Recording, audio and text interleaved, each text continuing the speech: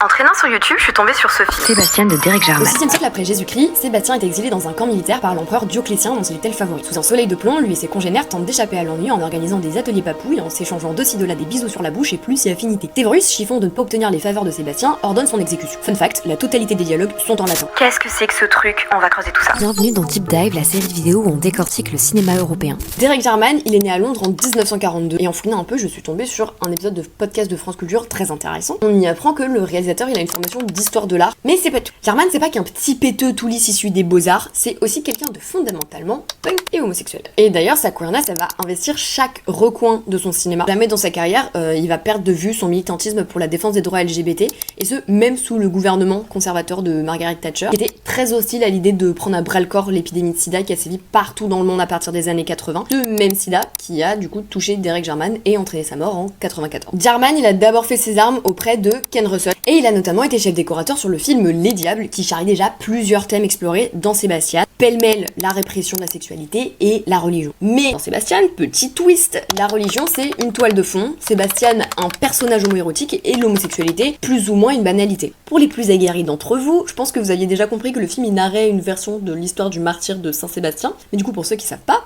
petit récap express. Saint-Sébastien, c'est le 3e patron de Rome et le principal recours contre la peste. Son martyr, il s'est fait en 2 temps, donc une première condamnation sous les flèches, dont il a miraculeusement guéri, puis un achèvement par flagellation, où son seul péché est être chrétien dans la Rome antique. Grâce au site saintsébastien.net, qui recense la quasi-totalité des représentations de cet épisode, il y a une constante qui se dégage un peu. L'épisode des flèches, c'est le thème privilégié des artistes. D'ailleurs, plus le temps passe, plus Sébastien est jeune, très jeune, beau et clairement sensuel. Le Saint-Sébastien, c'est devenu une véritable icône queer. Pour creuser un peu sur la question, je vous ai mis une petite liste d'artistes qui ont travaillé ce thème dans ce sens. Jarman, il va totalement épouser cette tradition picturale dans son film, à un détail près quand même. Tout son film, il joue énormément sur les codes du soft et de l'homoérotisme, et du coup si l'acteur il avait été tout jeuneau, ça l'aurait foutu mal, un peu. Maintenant il y a une question qui reste un peu en suspens. Comment en 76, époque pas franchement LGBT friendly, et bah ce film il a pu voir le jour? Et bah il y a 2 réponses à ça. La première, financement privé, et la seconde, budget très serré. Pour le financement privé, ça a été assuré par le duo Howard Malin et James